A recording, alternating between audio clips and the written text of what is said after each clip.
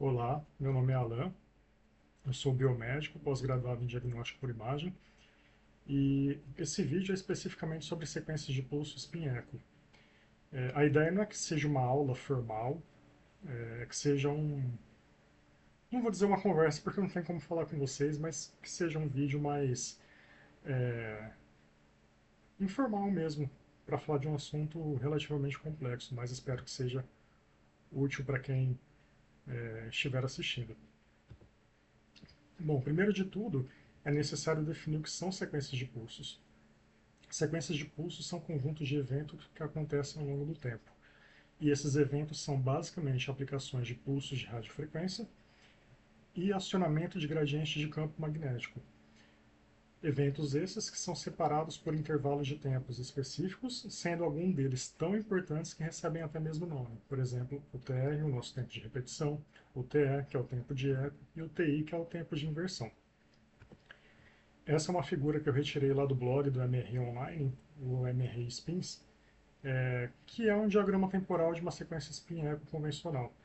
É só uma forma de representação de um diagrama temporal, vocês vão encontrar em livros, na internet, em artigos, enfim, na literatura em geral, várias formas de representação de um diagrama temporal de uma sequência de pulso. Esse aqui é apenas uma forma.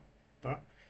Na primeira linha, aqui, nós temos reservada para indicar os pulsos de radiofrequência, a segunda linha para indicar o gradiente de seleção de corte. Na terceira linha, nós temos aqui os sinais produzidos ao longo da sequência. Né?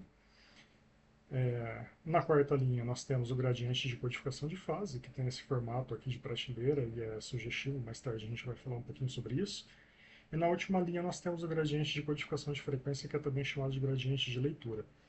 Então, é só uma forma de representar uma sequência de pulso, o diagrama temporal dela. Existem duas grandes famílias de sequências de pulso na ressonância magnética, né? Que é a família spin-echo e a família gradiente-eco. Dentro da família spin-echo, nós temos a spin-echo convencional, a turbo fast spin-echo, dependendo do fabricante com o qual você trabalha, a single shot, turbo fast spin-echo, a recuperação da inversão convencional e a recuperação da inversão rápida. E dentro da gradiente eco, nós temos a gradiente eco coerente ou rebobinada, a gradiente eco incoerente ou spoiled, a gradiente eco com eco reverso, a gradiente eco balanceado e a gradiente eco rápido. Mas, como eu mencionei no início do vídeo, né, hoje nós vamos falar apenas da família spin eco.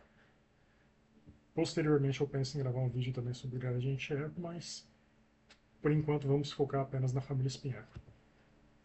A primeira sequência mais básica da família spin eco é a spin eco convencional, que começa com um pulso excitatório de radiofrequência de 90 graus, que vai inclinar a magnetização resultante, que se encontra alinhada B0 ao longo do eixo longitudinal. Ela vai ser inclinada em direção ao plano transversal. Quando esse pulso de radiofrequência é interrompido, essa magnetização vai defasar rapidamente, produzindo esse sinal na bobina receptora, que é o FID, ou DIL em português, né? É o Free Induction Decay, ou decaimento de indução livre. Depois de um certo tempo, é aplicado um pulso de radiofrequência de refasamento de 180 graus, que vai refasar os spins no plano transversal para restabelecer a magnetização transversal coerente e aí sim gerar o sinal de ressonância magnética, que é o eco, nesse caso aqui chamado de spin echo. Essa é uma outra forma, é um diagrama temporal também da sequência de pulso spin echo convencional, tirada lá do livro da quarta edição da Catherine Ashbrook, e aqui ela destinou apenas uma linha, né, para o acionamento dos gradientes de campo magnético. Né? Então, ao mesmo tempo que você aplica um pulso de radiofrequência, o gradiente de seleção de corte, ele é acionado, porque você precisa dizer para o equipamento qual a região específica do corpo do paciente que você quer excitar. Depois, entre a aplicação do pulso de 90 graus e 180 graus, é acionado o gradiente de codificação de fase, que vai basicamente dizer qual linha do espaço K vai ser preenchida por esse eco aqui gerado. E depois o gradiente de codificação de frequência, que é também chamado de gradiente de leitura, que é acionado ao mesmo tempo que o eco é produzido para justamente ler esse eco. Aqui nós temos uma animação para demonstrar o que eu acabei de descrever. Né? Então, quando o pulso de radiofrequência de 90 graus é aplicado, Vamos esperar aí a animação voltar lá no início. Quando ele é aplicado, a magnetização é transferida para o plano transversal, os spins começam a defasar depois do desligamento desse pulso de radiofrequência. Então, o pulso de 180 graus é aplicado para refasar esses spins, na verdade, vai inverter a trajetória deles, né, para que eles se reencontrem e refase a magnetização transversal coerente para então produzir o eco. Mas essa aqui é só uma representação de uma spin echo com um único eco, que é utilizada para produzir imagens ponderadas em T1. Acontece que existe também a spin echo com duplo eco, que é utilizada para produzir ao mesmo tempo uma imagem ponderada em DP, com um eco mais curto, e uma imagem ponderada em T2 com um eco mais longo. Para a gente representar aqui uma spin echo com duplo eco, bastaria, depois desse sinal aqui, em vez de ser um pulso de 90 graus, um novo pulso de radiofrequência de 180 graus, com um novo eco formado. Seria uma spin echo com duplo eco. Aqui eu trouxe uma outra forma de representação de uma sequência de pulsos spin echo, aqui já mais complexa, tirado de um livro específico de sequências de pulsos de ressonância magnética. Mas enfim, eu trouxe só para vocês verem uma outra forma de representação de sequências de pulso, né, do diagrama temporal delas. Não vou entrar em detalhes aqui do que é cada elemento aqui do gradiente para não complicar demais a intenção dessa aula. A segunda sequência de pulso da família spin-echo é a sequência turbo-spin-echo, que se diferencia da sequência spin-echo basicamente pela aplicação de múltiplos pulsos de radiofrequência de 180 graus com o objetivo de produzir múltiplos ecos dentro de um mesmo período de TR, e cada um desses ecos vai preencher uma linha distinta do espaço K. Notem que a amplitude dos ecos produzidos são diferentes. E isso acontece porque o gradiente de codificação de fase é acionado com uma amplitude diferente ao longo do eixo de aplicação dele. Quanto maior a amplitude do gradiente de codificação de fase, menor é a amplitude do eco, porque mais defasagem ele induz no plano transversal. E o gradiente de codificação de fase, como eu já mencionei, a polaridade e a amplitude com que ele é acionado vai determinar como vai acontecer o preenchimento do espaço K. Se a polaridade é positiva, como está aqui, é a metade superior do espaço K que vai ser preenchida. Se a amplitude é negativa, é a metade inferior que será preenchida.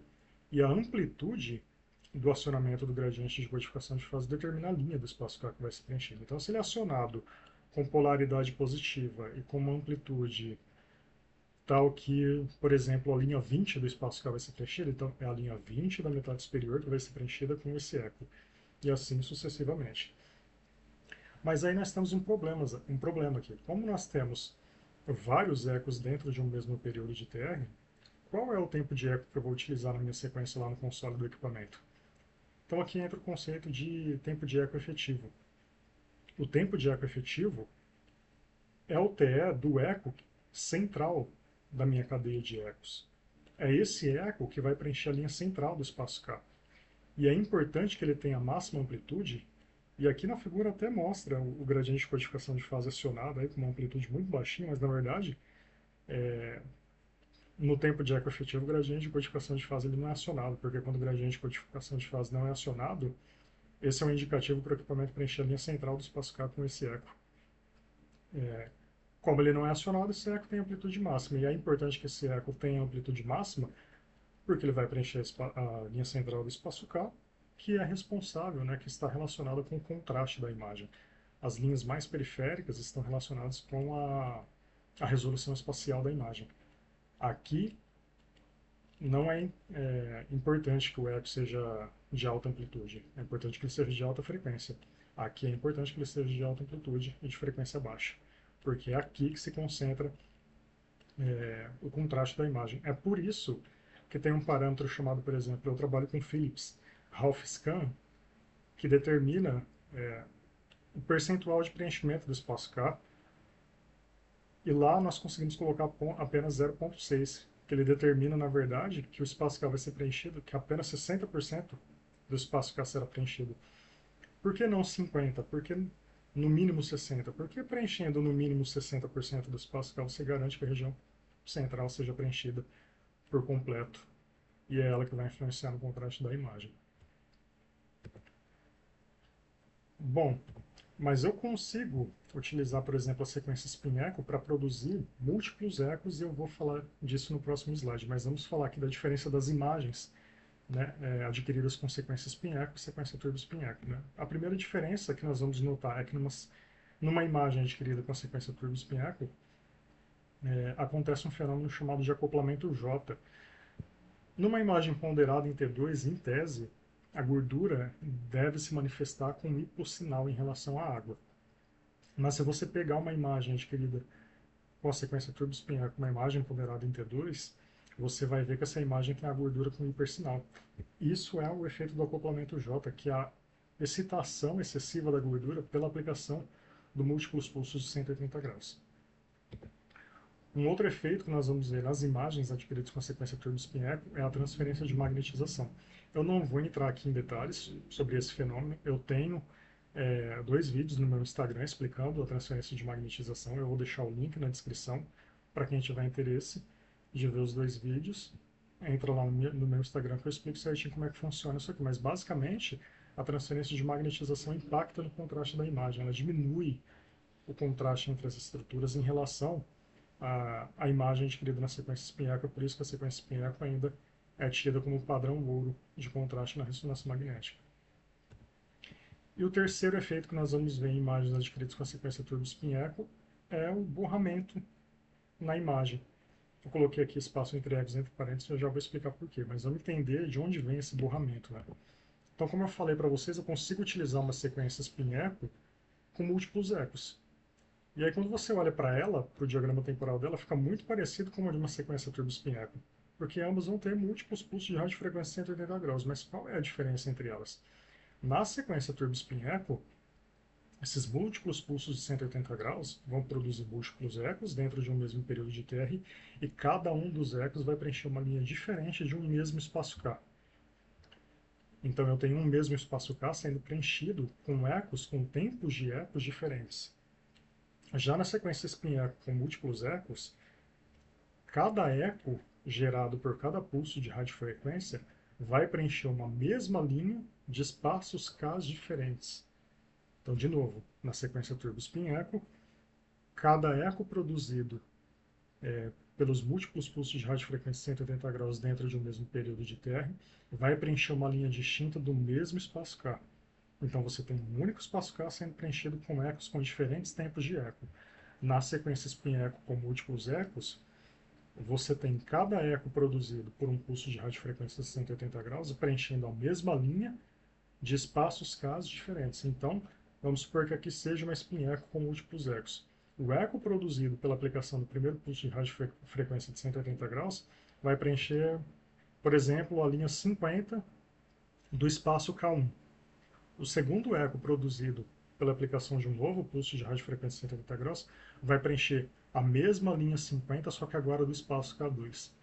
O terceiro eco produzido pela aplicação do terceiro pulso de radiofrequência de 180 graus vai preencher a mesma linha 50, só que agora do espaço K3. Então, o que acontece na sequência spin-echo com múltiplos ecos? Vários espaços K vão sendo preenchidos dentro de um mesmo período de TR, e cada espaço K é preenchido com ecos com o mesmo tempo de eco. Essa diferença entre a spin-echo com múltiplos ecos e a turbo-spin-echo é que provoca o borramento na imagem da sequência adquirida, da imagem adquirida com a sequência turbo-spin-echo, porque o espaço K da imagem adquirida com a sequência turbo-spin-echo é preenchido com ecos com tempos de eco diferentes. Isso causa borramento na imagem. E para você reduzir esse efeito de borramento na imagem, é interessante que você diminua o espaço entre ecos, o echo spacing. Lógico que tudo na ressonância é uma questão de negociação. Se você diminui o espaço entre os ecos, o echo spacing, você vai ter de fato menos efeito de borramento na imagem, mas você vai aumentar a largura de banda de recepção, você vai diminuir o sinal disponível na sua sequência, ela tende a ficar mais ruidosa. Então, cabe ao operador manipular ali os parâmetros para obter a melhor imagem possível, equilibrando aí resolução espacial, relação sinal-ruído e resolução temporal. A sequência recuperação da inversão é como uma sequência spin-echo convencional, com um acréscimo de um pulso de radiofrequência de 180 graus antes do início da própria sequência. E esse pulso de radiofrequência de 180 graus ele não é um pulso de refasamento, ele é um pulso de inversão. E o objetivo desse pulso de radiofrequência de 180 graus aqui na recuperação da inversão convencional é maximizar o contraste em T1 nas imagens. Em alguns casos ele é utilizado para suprimir o sinal de algumas estruturas específicas, de alguns tecidos específicos, mas na recuperação da inversão convencional ele tem o objetivo de maximizar o contraste em T1. Passado um certo tempo, que aqui está sendo denominado de tal, mas é o chamado tempo de inversão, a sequência efetivamente começa, né? Uma sequência espinhaca convencional, como vocês podem ver, o pulso de radiofrequência de excitação de 90 graus, que vai inclinar a magnetização do eixo longitudinal para o plano transversal. Quando esse pulso de radiofrequência for desligado, os spins vão se defasar rapidamente no plano transversal, produzindo o DIU na bobina receptora. Depois de um certo tempo, o pulso de refasamento de 180 graus é aplicado, a trajetória dos spins no plano transversal é invertida, de modo que depois de um certo tempo eles vão se encontrar, eles vão se refasar, a magnetização transversal vai se restabelecer e produzir o eco na bobina receptora. Então, esse é o diagrama temporal de uma sequência de recuperação da inversão convencional. Mas como eu estou interessado em fazer vocês entender por que essa sequência maximiza o contraste em T1, eu vou tentar aqui explicar com uma dança de vetores, né, como eu costumo dizer. Então aqui nós temos um sistema de coordenadas tridimensional que representa o nosso equipamento de ressonância magnética. Aqui eu tenho o eixo longitudinal e aqui eu tenho o plano transversal. É como se ele estivesse perpendicular à tela do seu computador, do seu celular, seja lá de onde você estiver vendo esse vídeo. Eu não quis representar de forma tridimensional para não ficar mais difícil de entender. Nessa primeira parte eu vou explicar como que funciona na sequência espinhaca convencional, já que a recuperação da inversão é uma derivação da sequência espinhaca convencional. Então, inicialmente nós temos lá o vetor da água e da gordura, o vetor da gordura amarelo, o vetor da água em azul. Nós temos eles lá alinhados a B0 ao longo do eixo longitudinal. O pulso de radiofrequência de 90 graus, pulso de radiofrequência excitatória é aplicado. E esses vetores são então inclinados em direção ao plano transversal. Quando o pulso de radiofrequência de 90 graus é interrompido, esses vetores vão se defasar rapidamente, produzindo DIU na bobina receptora. Depois o pulso de radiofrequência de 180 graus vai inverter a trajetória dos spins no plano transversal para que esses vetores se restabeleçam e produzam o eco na bobina receptora. Depois que o pulso de radiofrequência de 180 graus é desligado, esses vetores começam simultaneamente a defasar no plano transversal e a se recuperar ao longo do eixo longitudinal, a se realinhar paralelamente a B0 ao longo do eixo longitudinal. E essa recuperação vai acontecer até onde o nosso tempo de repetição durar. Então vamos supor que a gente usa um tempo de repetição de 500 milissegundos. Passado 500 milissegundos após a aplicação do pulso de radiofrequência de 90 graus, esses vetores aqui vão se recuperar de uma determinada intensidade ao longo do eixo longitudinal. A gordura, por ter um tempo de recuperação muito curto, nesse tempo que eu falei para vocês de 500 milissegundos, ela praticamente consegue se recuperar completamente. Já a água não. A água tem um tempo de recuperação muito longo. Então ela não consegue se recuperar completamente, ela fica saturada. Agora nós vamos tentar entender toda essa dinâmica que eu descrevi com o acréscimo do pulso de inversão de 180 graus. E para isso nós temos que aqui acrescentar o domínio negativo do eixo longitudinal. Afinal de contas, quando o pulso de radiofrequência de 180 graus é aplicado, o que ele faz é exatamente inverter esses vetores ao longo do eixo longitudinal. É por isso que ele é chamado de pulso de inversão. Então o que vai acontecer após a aplicação do pulso de inversão é que os vetores, né, vamos falar aqui apenas da magnetização resultante do vetor magnético efetivo VME. Após a aplicação do pulso de radiofrequência de inversão, o VME ele vai continuar alinhado a B0 ao longo do eixo longitudinal, mas não mais paralelamente a B0. Agora é antiparalelamente a B0. E para seguir a explicação aqui, eu acho que vai ficar mais elucidativo se a gente pensar na teoria quântica em vez da teoria clássica, né, que são os vetores. Segundo a teoria quântica, nós temos duas populações de núcleos de hidrogênio no corpo do paciente, né, quando ele é inserido lá no equipamento de ressonância magnética. Os momentos magnéticos dos núcleos de hidrogênio vão se alinhar a B0. A maior parte dos núcleos de hidrogênio não tem energia suficiente para resistir a B0, portanto os momentos magnéticos vão se alinhar paralelamente a B0 ao longo do eixo longitudinal.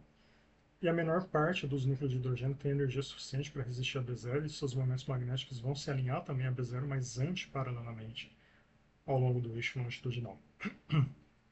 Quando nós fazemos a soma vetorial disso que nós estamos vendo aqui, desse cenário que nós estamos vendo aqui, o que nós obtemos é o vetor magnético efetivo VME alinhado a B0 paralelamente ao longo do eixo longitudinal, porque a população de baixa energia é mais numerosa. Então vamos pensar lá no que acontecia na sequência espinhaca convencional, de acordo com a teoria quântica. Quando o pulso de radiofrequência é aplicado, o que acontece é que alguns desses núcleos de hidrogênio da população de baixa energia absorvem a energia proveniente da radiofrequência e saltam para a população de alta energia. O que o pulso de radiofrequência de 90 graus faz é igualar essas populações. Então, quando eu tenho 50% para cada lado de núcleo de hidrogênio, o VME se desloca para o plano transversal. Quando eu desligo o pulso de radiofrequência de 90 graus, enfim, quando acontece todo o processo para a geração do eco na bobina receptora, depois do refasamento, enfim, o que vai acontecer são aqueles dois fenômenos simultâneos, mas vamos nos concentrar aqui na recuperação T1. Os núcleos de hidrogênio de baixa energia que haviam absorvido energia proveniente da radiofrequência e saltado para a população de alta energia vão começar a liberar essa energia excedente para a rede molecular circundante e vão retornar para a população de baixa energia. Isso é a recuperação T1. 500 milissegundos, né, que foi o exemplo que eu dei, foram suficientes para que na gordura essa proporção aqui se restabelecesse, o equilíbrio se restabelecesse. Vamos supor aqui que a proporção seja de 60% de núcleo de hidrogênio de baixa energia e 40% de núcleo de hidrogênio de alta energia. É bem menos que isso, tá? É só um exemplo fictício. Na gordura, esse equilíbrio vai se restabelecer depois do refasamento, depois da geração do eco. Na água, os 500 milissegundos não foram suficientes para esse equilíbrio aqui ser restabelecido. Nem todo mundo que absorveu energia e saltou para a população de alta energia conseguiu retornar, teve tempo suficiente para retornar para a população de baixa energia. Quando a gente aplica o pulso de inversão, o que o pulso de inversão na verdade faz é inverter essa proporção. Se eu estou falando em 60% de núcleo de baixa energia e 40% de núcleo de alta energia, após a aplicação do pulso de inversão, o que vai acontecer é que aqui na população de alta energia nós teremos 60% dos núcleos de hidrogênio e aqui na população de baixa energia nós teremos 40%. Quando isso acontece, o VME se alinha a B0, mas antiparalelamente ao longo do eixo longitudinal, porque essa população vai ficar mais numerosa. Então pensem comigo, se eu utilizar um tempo de inversão de 500 milissegundos também, para igualar com o tempo de repetição que nós utilizamos lá na sequência espinhaca convencional de 500 milissegundos, se 500 milissegundos não foi suficiente, por exemplo, para a água restabelecer o equilíbrio inicial de 60% de núcleo de hidrogênio de baixa energia e 40% de núcleo de hidrogênio de alta energia, imagina então se 500 milissegundos vai ser suficiente para a água conseguir restabelecer esse equilíbrio de 60% aqui e 40% aqui, invertendo essa proporção. Se com a aplicação do pulso de radiofrequência de 90 graus igualando a proporção, 500 milissegundos já não foi suficiente para a água, imagina quando a proporção ficar invertida. 500 milissegundos também não vai ser suficiente. Para a gordura isso aqui não vai fazer muita diferença. 500 milissegundos vai ser suficiente também para a gordura se recuperar bem, para restabelecer aquele equilíbrio de 60% a 40%. Para a água isso daqui vai ser muito difícil, né? Vai ser um fator de dificuldade a mais em relação à aplicação do pulso de radiofrequência de 90 graus que tinha igualado as populações. Então, o que eu estou querendo dizer com tudo isso? Que depois da aplicação do pulso de radiofrequência de 180 graus, o pulso de radiofrequência de inversão, 500 milissegundos depois, que é o tempo de inversão que eu coloquei, o vetor da gordura consegue basicamente se recuperar totalmente. Mas o vetor da água se recupera menos ainda do que ele tinha se recuperado quando o pulso de radiofrequência foi aplicado lá na sequência espinhaca convencional. Então, comparando os dois cenários com vocês, na sequência espinhaca convencional, aliás, desculpa, voltando aqui, depois do pulso de inversão ser aplicado, o tempo de inversão ser finalizado, o pulso de radiofrequência de 90 graus é aplicado. Então, do jeito que esses vetores estão organizados aqui no plano, no eixo longitudinal, eles vão ser transferidos, né, para o plano transversal. Isso é óbvio, eu esqueci de comentar essa parte antes, desculpem. Mas agora eu vou comparar com vocês como é que ficou, como é que ficaram esses vetores, a proporção entre esses vetores lá, depois da aplicação do pulso de radiofrequência de 90 graus na sequência espinheco, e depois da aplicação do pulso de 180 graus aqui na recuperação da inversão. Na sequência espinheco convencional, depois que decorreram aqueles 500 milissegundos, a gordura se recuperou nessa intensidade, a água se recuperou nessa intensidade, quando o próximo pulso de radiofrequência de 90 graus foi aplicado, no período de TR posterior, eles foram transferidos para o plano transversal nessa proporção. Lá na recuperação da inversão, depois que o pulso de inversão foi aplicado, os 500 milissegundos do tempo de inversão foram decorridos, a proporção que estava no eixo longitudinal, que foi transferida para o plano transversal após a aplicação do pulso de radiofrequência de 90 graus, foi essa aqui. O vetor da gordura praticamente não mudou, a intensidade permaneceu a mesma, mas olha o decréscimo de intensidade que acontece. Né? Esse vetorzinho roxo aqui é o vetor da água após a aplicação do pulso de inversão de 180 graus. É lógico, isso daqui é só um exemplo que eu estou dando, não acontece necessariamente nessa proporção, mas foi só para demonstrar por que a sequência de recuperação da inversão maximiza o contraste em T1, porque o pulso de inversão utilizado nessa sequência maximiza o contraste em T1. Porque olha a diferença de intensidade entre o vetor da gordura e o vetor da água no plano transversal após a aplicação do pulso de inversão. Olha a diferença de intensidade entre eles apenas com a sequência espinheco convencional, sem a aplicação do pulso de inversão.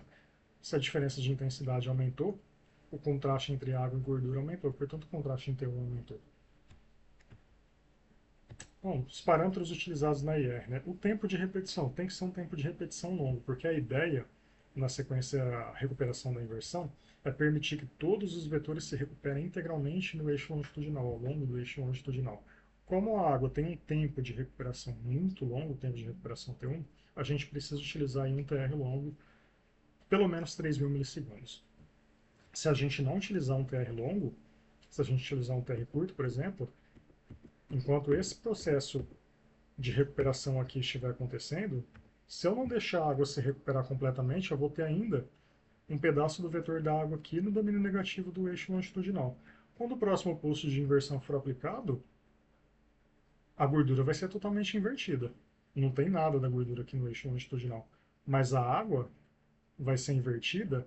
Então, assim, esse pedacinho de vetor vai vir para o eixo negativo e o restante do vetor da água que ainda estiver aqui no domínio negativo do eixo longitudinal vai passar para o domínio positivo. Então, isso afeta no contraste da imagem, porque depois de passado o tempo de inversão, já tinha vetor da água aqui recuperado. Então, quando o vetor da água se recuperar, a intensidade dele aqui no domínio positivo do eixo longitudinal vai ser maior do que realmente seria se ele tivesse totalmente invertido aqui para o eixo longitudinal. Então, a diferença de intensidade entre esses vetores vai ser menor. Se a diferença de intensidade entre os vetores vai ser menor, o contraste entre água e gordura vai ser menor. Por isso que eu tenho que utilizar um tempo de repetição longo, porque senão o contraste na imagem é afetado. Eu trouxe aqui uma tabelinha, né? Que isso daqui na verdade são valores a 1 Tesla, tá? Não é 1,5 Tesla, não. Só para vocês verem como o tempo de inversão, desculpa, o tempo de recuperação T1 da água é muito longo e na da gordura é bem curto. O tempo de eco tem que ser um tempo de eco curto, né? Para não permitir que a magnetização defase substancialmente no plano transversal, já que nós estamos querendo produzir imagens ponderadas em T1 no máximo, imagens ponderadas em dp. E o outro parâmetro é o tempo de inversão, e é esse cara aqui que vai determinar o contraste na recuperação da inversão. Porque se eu utilizar um TI curto, TI médio, né, melhor dizendo, ali na casa de 500, 700 milissegundos, eu vou ponderar a imagem em T1. O porquê a gente já viu, já expliquei no slide anterior. Se eu utilizo um TI curto, a gordura se recupera muito bem. Depois da aplicação do pulso de inversão em 180 graus, a água não se recupera tanto, você tem aquele contraste muito grande entre esses dois vetores. Então você maximiza o contraste em T1. Mas se eu utilizar um tempo de inversão longo, a gordura vai se recuperar muito bem, mas a água também vai se recuperar muito bem. Então o contraste não vai ser determinado mais pela diferença de intensidade é, entre os vetores determinado pelo TI, vai ser determinado basicamente pela quantidade de prótons de hidrogênio em cada tecido, né? Pelo tamanho do vetor, que vai ser decorrente da quantidade de prótons de hidrogênio livres em cada tecido, né? Então aí a imagem vai ser ponderada em dp se eu utilizar um TI longo, por exemplo, na casa ali dos 1700 milissegundos. E existem também a recuperação da inversão rápidas. Essas sequências elas são basicamente sequências turbo-spin-echo com incremento do pulso de inversão. Sendo sequências turbo-spin-echo, ou seja, tem uma cadeia de ecos muito longa, as imagens vão ser fortemente ponderadas em T2. Lá na recuperação da inversão a gente não consegue imagem ponderada em T2. No máximo que a gente pode conseguir é uma imagem que a Catherine Westbrook chama de ponderação da patologia, que é basicamente utilizando um TI médio, ali na casa dos 500, 700 milissegundos, o TR sempre longo, o TE sempre curto, mas no caso da ponderação da patologia, o TE vai ser um pouquinho mais longo, ali na casa dos 60, 70 milissegundos, para fazer com que a patologia se manifeste com hipersinal na imagem. Agora, aqui na recuperação da inversão rápida, não. Aqui a gente consegue imagem ponderada em T2, por quê? Porque é uma sequência turbo-spin echo com incremento do pulso de inversão. Eu tenho um trem de ecos longos, o outro tempo de eco longo, consequentemente a imagem vai sair ponderada em T2. E aí o TI aqui, o pulso de inversão, ele vai ser utilizado para suprimir o sinal de tecidos específicos. Então o TI vai ser otimizado para suprimir o sinal do tecido que eu tenho interesse em anular o sinal. E aí a primeira recuperação da inversão rápida é o shear, né? Super conhecido. A recuperação da inversão com um tempo de inversão curto, né? É utilizado para produzir imagens ponderadas em T2 e suprimir o sinal da gordura. O TI utilizado aqui para suprimir o sinal da gordura a 1,5 Tesla varia entre 140 e 180 milissegundos. O TE, pelo menos 50 milissegundos. Eu coloquei pelo menos 50 milissegundos porque geralmente os docentes, os médicos de músculo esquelético, né, os radiologistas especializados em músculo esquelético, gostam do TE um pouquinho mais baixo. Na verdade, o TE precisaria ir em torno de 60, 70 milissegundos. Eles gostam do TE um pouquinho mais baixo para essas imagens, então eu coloquei esse valor aqui. E o TR aí pelo menos de 3.000 milissegundos, porque continua sendo uma recuperação da inversão e é interessante que todos os vetores se recuperem integralmente ao longo do eixo longitudinal. Só deixei essa formulinha aqui para calcular o TI, para vocês entenderem que o TI varia com o campo magnético, porque o tempo de recuperação T1 varia com o campo magnético do equipamento. Né? Então, quanto maior o campo magnético do equipamento, maior é esse tempo de recuperação T1 e maior vai ser o TI. Por isso que eu fiz questão de frisar que esses daqui são valores para 1,5 Tesla. E aqui eu tenho uma imagem, né, de uma coluna lombar adquirida com shear. Veja o hipersinal do Liper e a gordura aqui com o sinal mais baixo, o sinal anulado, porque nós utilizamos aí o tempo de inversão para anular o sinal desse tecido específico. Né? Aqui no corpo vertebral a gente também vê o sinal mais baixo por causa da medula óssea amarela. Aqui eu tenho o joelho, né, um plano sagital do joelho também. Vejam o hipersinal aqui de um edema interno, um edema ósseo aqui também, na patela, no fêmur, no côndilo do fêmur, e a gordura com um sinal mais baixo, porque nós utilizamos de novo um tempo de inversão para suprimir o sinal desse tecido, especificamente o osso, né, também tem um sinal mais baixo por causa da medula óssea amarela, que é gordura, basicamente. A segunda sequência, né, é o FLAIR, também bastante conhecido, uma recuperação da inversão para atenuação de fluidos, e ela é utilizada para produzir imagens ponderadas em T2 com a supressão do sinal do Liquor. O TI, nesse caso, é um TI longo, variando aí de 2.000 a 2.500 milissegundos, isso de novo é 1,5 Tesla. O TE aí, pelo menos acima de 70 milissegundos. Isso daqui para imagem 2D, tá? Estou falando porque tem serviços que utilizam flare 3D. Eu coloquei aqui valores para uma sequência 2D, porque se a gente fala em 3D, esses valores mudam bastante, né? Fica até uma coisa estranha, e eu não quero adentrar aqui em parâmetros técnicos de sequências 3D.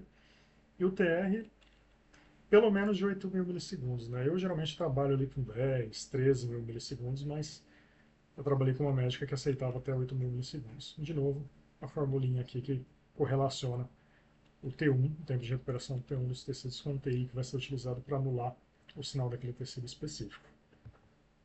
E aqui nós temos duas imagens, né, do plano axial de um encéfalo adquirido com o flare. Né? Veja aqui o líquor dentro do sistema ventricular com o sinal anulado, aqui também, no espaço subaracnoide também.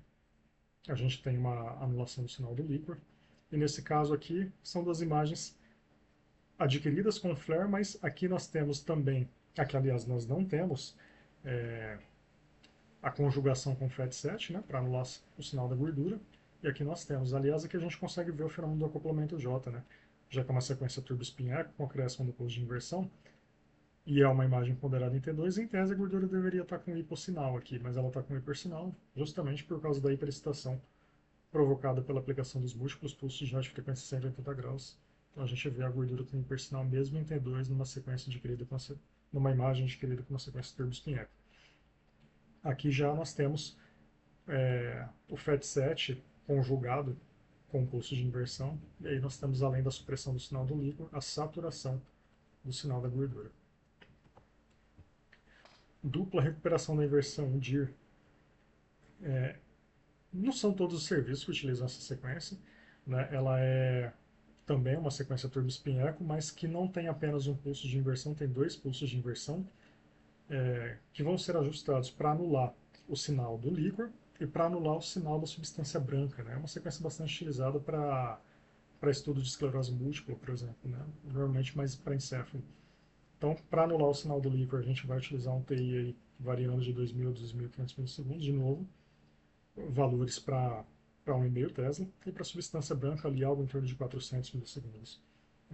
É importante que não se atenham a esses valores de forma a decorá-los, tá? É importante que vocês entendam o que cada parâmetro faz na imagem, porque isso daqui vai variar bastante. Então, a ideia é sempre colocar a imagem lá para rodar, ver o resultado que sai, e aí com base no que saiu, você pensar no que você vai precisar fazer com o TI para produzir o resultado esperado, caso o resultado que saiu na sua imagem não seja o que você esperava, né? E uma observação que eu coloquei aqui do TI para o sangue, por quê? Porque existe uma variação da dupla recuperação da inversão que é utilizada em estudos de ressonância magnética do coração. Eu digo que é uma variação por quê? Porque nesse DIR, entre aspas, utilizado para estudos cardíacos, são utilizados dois pulsos de inversão, mas o primeiro pulso de inversão é espacialmente não seletivo. Ele vai inverter a magnetização de todos os tecidos da região anatômica de interesse, de todo o volume de interesse. E aí, imediatamente após esse pulso de inversão, é aplicado um novo pulso de inversão, esse espacialmente seletivo, corte a corte. Então, ele vai inverter a magnetização de todos os tecidos do corte que está sendo alvejado. E aí, esse segundo pulso de inversão vai ser ajustado com um tempo de inversão de 650 milissegundos, que é para anular o sinal do sangue. E aí não tem um TI para você ajustar para o primeiro pulso de inversão, porque quando você ajusta esse TI, o equipamento já entende que imediatamente antes da aplicação do segundo pulso de inversão ele tem que aplicar o primeiro. E aqui eu tenho um plano sagital do encéfalo, do DIR, veja, substância branca com sinal anulado, também o líquor com sinal anulado aqui, com sinal suprimido.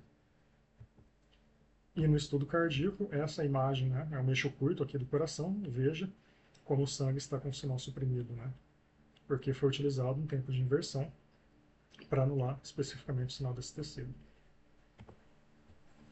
E em estudos cardíacos também existe a tripla recuperação da inversão, que aí vão ser 3 pulsos de inversão utilizados. Né? O primeiro pulso de inversão é espacialmente não seletivo, ele vai de novo inverter a magnetização de todos os tecidos da anatomia de interesse.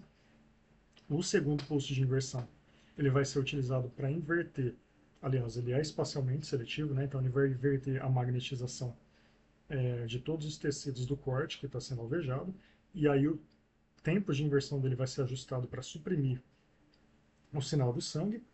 E o terceiro pulso de inversão também é espacialmente seletivo corte a corte, vai inverter a magnetização de todos os tecidos presentes no corte que está sendo alvejado, só que o tempo de inversão desse terceiro pulso de inversão vai ser ajustado para suprimir o sinal da gordura. E aqui é necessário tomar um certo cuidado com os TIs que vão ser utilizados. Por quê? No slide anterior eu mostrei que o TI para anular o sangue a 1,5 Tesla é em torno de 650 milissegundos. Se eu utilizar esse valor aqui na tripla recuperação da inversão, o resultado não vai ser bom. Por quê? Porque o terceiro pulso de inversão vai influenciar nos efeitos produzidos pelo primeiro. Então aqui a gente precisa espaçar um pouco mais esses dois pulsos de inversão, né? Tanto o pulso de inversão para suprimir o sinal do sangue, quanto o pulso de inversão para suprimir o sinal da gordura. Então eu vou ter que utilizar aqui um T um pouco mais longo para suprimir o sinal do sangue, em torno de 1.200 milissegundos a 1,5 Tesla. Para suprimir o sinal da gordura, eu posso continuar com aquele TI variando entre 140 e 180, porque depois do pulso de inversão que vai suprimir o sinal da gordura, não vai ser aplicado mais nenhum outro pulso de inversão, ele não vai influenciar nos efeitos do pulso de inversão para suprimir o sinal da gordura. E aí a imagem obtida, a gente costuma chamar de shear, né? Mas na verdade o que a gente vê aqui é uma tripla recuperação da inversão, né? Você vê o sangue com o sinal suprimido e a gordura também com o sinal suprimido. Bom, Phase Assistive Inversion Recovery, né? O PSIR. Vou tomar um pouquinho mais de cuidado para explicar essa sequência. Primeiro, não é uma técnica, vamos dizer assim, aplicada exclusivamente a sequências spin-echo, embora essa conversa aqui seja sobre sequências spin-echo. Essa técnica ela pode ser utilizada também em sequência gradiente eco. Eu vou mostrar para vocês uma imagem aqui em estudo cardíaco, né, que é o PSIR, utilizado para adquirir a imagem de realce tardio. Mas eu estou colocando aqui porque utiliza a técnica da recuperação da inversão. E eu achei interessante colocar esse conteúdo aqui porque é difícil de achar por aí e eu acho muito interessante, né? Existem basicamente dois tipos de imagem na ressonância magnética: as imagens de magnitude e as imagens reais. Nas imagens de magnitude vai importar apenas a intensidade da magnetização dos tecidos. Lembre que a magnetização é um vetor. E vetor tem basicamente três características: ele tem intensidade, ele tem direção e ele tem sentido. Nas imagens de magnitude, vai importar apenas a intensidade da magnetização dos tecidos, o módulo da magnetização dos tecidos, a magnitude da magnetização dos tecidos. Então, está aqui de novo o nosso equipamento representado como um sistema de coordenadas tridimensional. De novo, eu coloquei o plano transversal unidimensional para não poluir a imagem, para não dificultar o entendimento. Então, é como se ele fosse perpendicular aí à tela do seu computador, do seu celular, seja onde você esteja vendo esse vídeo. Então, se por exemplo, ao longo do eixo longitudinal, em algum determinado momento, o vetor da água e o vetor da gordura estiverem nessa posição, nas imagens de magnitude, a direção e o sentido dos vetores não importa. Aqui eles têm o mesmo tamanho, ou seja, eles têm a mesma intensidade. Então, nas imagens de magnitude, é como se esses vetores estivessem dessa forma. E estando dessa forma, eles vão ter, né, estando nessa intensidade de sinal, eles vão ter o mesmo tom de cinza na imagem. Porque existe uma correlação na ressonância magnética entre a intensidade da magnetização do tecido e a cor, digamos assim, né, que ele vai manifestar na imagem. E aqui nas imagens de magnitude, como importa apenas valores positivos, valores em módulo, então a correlação entre tons de cinza e intensidade de magnetização vai do zero ao infinito positivo. Quanto mais perto do infinito positivo, mais o tecido se manifesta com um tom tendendo ao branco. E quanto mais próximo do zero, né, quanto menor for a magnetização do tecido, mais o tom dele na imagem tende ao preto. Agora, no PSIR, vai importar todas as características da magnetização. Vai importar a direção, vai importar sentido, vai importar a magnitude.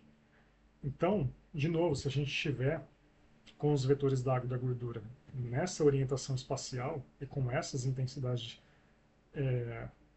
lá no eixo longitudinal, para o PSIR isso importa.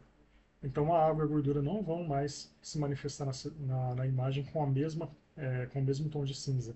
Né? Vão se manifestar com tons diferentes. Por quê? Se aqui importa, se no PSIR importa direção e sentido, a orientação espacial da magnetização, então aqui agora vai existir uma correlação entre a intensidade, mesmo no domínio negativo do eixo longitudinal, e também a intensidade da magnetização ao longo do eixo positivo, do domínio positivo do eixo longitudinal. Então aqui a correlação de cores vai do infinito negativo ao infinito positivo. Então, quanto mais negativa for a intensidade, digamos assim, mas a intensidade é positiva, mas quanto mais essa intensidade tende ao infinito negativo, né, o vetor esteja orientado no domínio negativo, quanto mais a intensidade tende ao infinito negativo, mais a cor do tecido vai tender ao preto. E quanto mais a intensidade do vetor tende ao infinito positivo, né, uma vez que ele esteja orientado paralelamente ao longo do domínio positivo do eixo longitudinal, mais a intensidade, mais a cor do tecido vai tender ao branco. E é por isso que, por exemplo, nas imagens adquiridas com a técnica do PSIR, lá em encéfalo, nós vamos ver, por exemplo, o fundo da imagem com um tom de cinza. Porque o fundo da imagem é ar. E ar praticamente não manifesta sinal na ressonância magnética. Voltando aqui na escalinha, quando a intensidade da magnetização é zero, ou muito próxima de zero, a correspondência do tom de cor é cinza. Então aqui nós temos uma imagem adquirida com a técnica PSIR do encéfalo, e nesse caso o PSIR aqui ele é utilizado com uma sequência turbo-spin-echo, e aqui nós temos o PSIR adquirido, utilizado para adquirir uma imagem do eixo curto cardíaco, né? É um realce tardio aqui. E nesse caso o PSIR é utilizado com uma sequência gradiente eco. Eu estava conversando com o Mazola, físico médico, né? O idealizador aí do MR Online, e eu perguntei para ele, né, por que que aqui no PSIR, do realce tardio na cardio-RM, o fundo não fica cinza. E aí ele me falou que o fundo cinza aqui no PSIR utilizado para adquirir imagens no encéfalo é uma mera coincidência com o tempo de inversão utilizado. O tempo de inversão que a gente utiliza aqui no encéfalo é para obter o máximo de contraste possível entre substância branca e cinzenta. E vejam vocês que é muito nítido aqui a diferença, né, de tons de cinza entre a substância branca e a substância cinzenta no encéfalo. Então, a gente usa um TI para maximizar essa diferença de sinal entre substância branca e cinzenta no encéfalo. A consequência disso é que o ar fica com uma intensidade de sinal tendendo a zero e se manifesta com um tom de cinza nessa imagem. Agora aqui no PSIR a gente usa um outro tempo de inversão, que aqui o objetivo é você anular o sinal do miocárdio. E aí acaba não tendo a coincidência do fundo da imagem ser cinza, né? Então eu achei interessante, né? Eu não tinha me atentado que na verdade isso aqui seja só uma coincidência devido ao TI utilizado, né? Se a gente utilizasse, sei lá, algum TI que coincidisse também com um ar que com uma magnetização próxima de zero, ele também se manifestaria com um tom de cinza aqui, mas não é o caso. Então, só para trazer isso para vocês, que não é uma característica intrínseca da técnica do PSIR. Se você vai utilizar um PSIR, o fundo da imagem vai aparecer em cinza. Não, isso foi apenas uma coincidência, né? No encéfalo é apenas uma coincidência. Vai depender do TI utilizado e com qual objetivo você utiliza esse TI. Se é para maximizar contraste entre determinados tecidos de uma estrutura ou se é para suprimir o sinal de algum tecido numa determinada estrutura. Bom, era isso que eu queria trazer para vocês. Eu espero que tenha sido enriquecedor de alguma forma, que vocês tenham entendido alguma coisa, que tenha agregado ao conhecimento de vocês. Essa é a bibliografia que eu usei para preparar esse vídeo e espero nos vermos num próximo, que eu ainda pretendo gravar um vídeo sobre sequência gradiente eco, e essa eu vou tratar com um pouquinho mais de carinho, porque o assunto merece. Obrigado.